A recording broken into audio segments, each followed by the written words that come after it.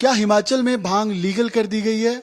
ये सवाल इसलिए क्योंकि हिमाचल की विधानसभा ने एक कमेटी बनाई, कमेटी की ओर से एक रिपोर्ट सबमिट की गई। जब पिछली सरकार थी उस समय भी ये प्रस्ताव रखा गया कि इसको लीगल करना चाहिए।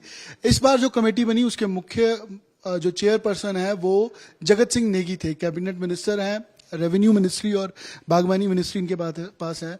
सर, ये अब इसको माना जाए कि ये लीगल हो चुकी है या आने वाले समय में लीगल हो जाएगी? नहीं, भांग को लीगल नहीं किया जा सकता। भांग की खेती और भांग से अब जो मेडिसिनल यूज के लिए करेंगे उसके लिए जो है एक सहमति बनाने की हमने कोशिश की, क्योंकि ये प्रस्ताव पहले जो है सदन में आया था जिसमें पक्ष और विपक्ष के लोगों ने अपनी राय जताई कि भांग की खेती होनी चाहिए, इसका इंडस्ट्रियल यूज भी हो और मेडिसिनल यूज भी हो। तो माननीय मुख्यमंत्री ने जो है एक कमेटी का गठन किया सर्वदलीय, और इस कमेटी को ये जिम्मेवारी दी गई कि जनता में जाकर इसके बारे में विचार विमर्श किया जाए और पड़ोसी राज्यों में क्या चल रहा है, क्योंकि कई राज्यों ने शुरू किया है ये काम।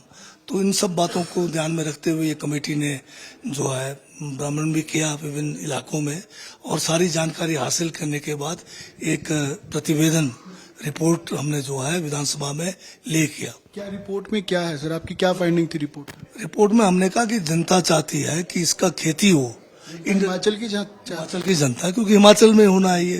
हिमाचल की जनता जो है इसकी जो भांग के जो है इंडस्ट्रियल यूज के लिए खेती करना चाहती है, और जो दूसरा जो ये आपका मेडिसिनल यूज के लिए है उसके लिए भी लोग तैयार है कि मतलब इसका एक इंडस्ट्रियल जो यूज होगा, जो भांग का पौधा होता है इंडस्ट्रियल उसके लिए, उसमें नशा जो है बिल्कुल नहीं होता है, नाम मात्र का नशा, तो वो नशा वाला नहीं होगा। और जो आप मेडिसिनल के लिए बनाएंगे निश्चित तौर पे वो जो है नशे वाला होगा और वो कंट्रोल्ड तरीके से होगा। सरकार ने सर प्रिपरेशन क्या की है कि इसको अगर आप लीगल कर रहे हो तो क्या लाइसेंस दिया जाएगा? जमीन पर क्या वो है कि क्या जिसकी जमीन है वही कर पाएगा, या इसके लिए टेंडर या ठेके पर जैसे जमीन होती है तो क्या वैसे भी कोई ले सकता है लाइसेंस के जरिए?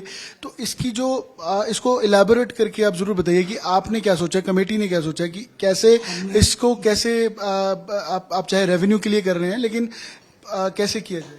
हमने बहुत सारे स्टेट्स का मॉडल भी देखा है। कौन सी स्टेट? मैं उत्तराखंड, हम लोग कमेटी उत्तराखंड में भी गए, JNK में भी गए हैं, और मध्य प्रदेश में जहाँ ओपीएम के लिए भी NDPS एक्ट के तहत सेंट्रल गवर्नमेंट कर रही है, उन सब कानून नियम सबको देखा है, और हमने सारे ऑप्शंस खुला रखा है कि ये खेती जो अगर किसान खुद करना चाहता है इंडस्ट्रियल पर्पस के लिए, और उसका प्रोड्यूस कौन खरीदेगा या कहाँ बेचेगा, या अगर वो अपनी जमीन जो है ठेके में देके किसी से कराना चाहता है, जो उत्तराखंड में हो रहा है, लोग जो है खेती जो है क्या सरकार खरीदेगी जैसे कोई अगर खेती करे? इसके लिए हम SOP बनाएंगे ना। हमने कहा हमने पूरा इसमें जो है आपने अभी बनाने हैं। हमने एक खाका बनाया है, उसके ऊपर अभी डेलिब्रेशन जो है कैबिनेट कमेटी में जाएगा और कैबिनेट फाइनल डिसाइड करेगी।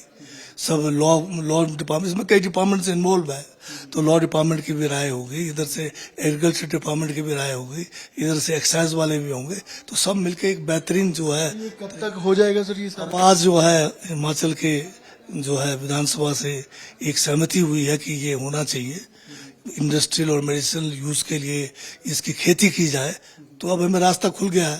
तो लागू करने तक कितना टाइम लगेगा? अब ये क्योंकि इसमें अभी काफी मॉडलिटीज करना है, थोड़ा तो समय लगेगा, पर अब रास्ता साफ है। सर, एक इसकी खेती की ट्रांसपोर्टेशन और ड्रग टैरिफिंग, इसको आप कैसे रोकोगे? क्योंकि साथ में जैसे पंजाब है, हरियाणा है, तो वहां पर NCRB की रिपोर्ट भी है नारकोटिक्स की कि यहाँ पर नशा बढ़ रहा है। तो आप इसकी जो स्मगलिंग है उसको कैसे रोकोगे दूसरी स्टेट्स तक? नहीं, अभी आप फिर उस बात को नहीं समझ पा रहे हैं। जो इसकी खेती होगी, जो भांग का पौधा इंडस्ट्रियल पर्पस के लिए होता है, उसमें नशा नहीं होता है, और जो दूसरा नशा वाला है उसको जो है कंट्रोल्ड, चाहे तो वो पॉली हाउस में होगा, चाहे तो एक एस्टेट जो है स्पेसिफिक होगा, कैसे उसको करना। जैसे अब मध्य प्रदेश में ओपीएम की खेती भी तो हो रही है। जो भांग जो चरस पकड़ी जाती है उसमें आप कह रहे हैं कि वो चरस भी तो ऐसी इन्हीं पौधों से तैयार होती है, उसमें नशा होता है और NDPS में इंक्लूडेड है। अगर इसमें नशा नहीं होता तो इसको आपको लीगल करने की क्या जरूरत है? फिर तो नशा अगर नहीं है तो NDPS से इसको बाहर कर देना चाहिए। एनडीपीएस में ये नहीं कहा गया है कि मतलब इंडस्ट्रियल पर्पस को यूज नहीं कर सकते, मेडिसिनल पर्पस, तभी तो स्टेट को पावर दिया है। DPS में ये भी तो कहा गया कि ये नशे का पार्ट है भांग। भांग के कई किस्म के पौधे हैं, कई 100 किस्म के पौधे हैं।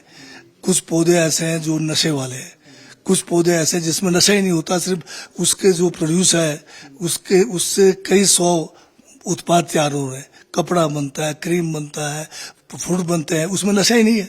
इसको सर अगर नशा कोई एज अ नशा यूज ना करे, इसका मिस यूज ना हो या इसके साथ अब्यूज ना हो इसका, तो उसके लिए आप क्या करोगे? एक सरकार क्या करेगी? उसके लिए कानून बना हुआ है, और जो हम सीड्स देंगे लोगों को ग्रो करने के लिए वो नशा रहित है, तो नशे को कहाँ बढ़ावा दे रहे हैं? नहीं, पर क्रॉस चेक तो करोगे? क्रॉस चेक क्रॉस चेक कैसे नहीं होगा? पूरा होगा। जो भी इस कानून का उल्लंघन करेगा वो रगड़ा जाएगा।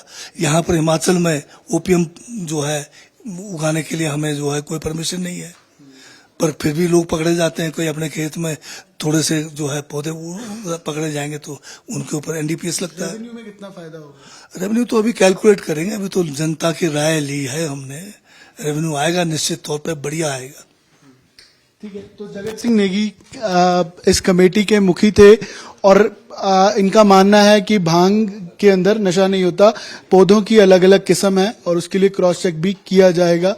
खेती और इंडस्ट्रियल यूज के लिए एसओपी बनाकर आने वाले समय में इसको कानून के तहत हिमाचल में लागू किया जाएगा। कैमरा पर्सन अमन गुप्ता साथ अमन भारद्वाज, शिमला, आज तक।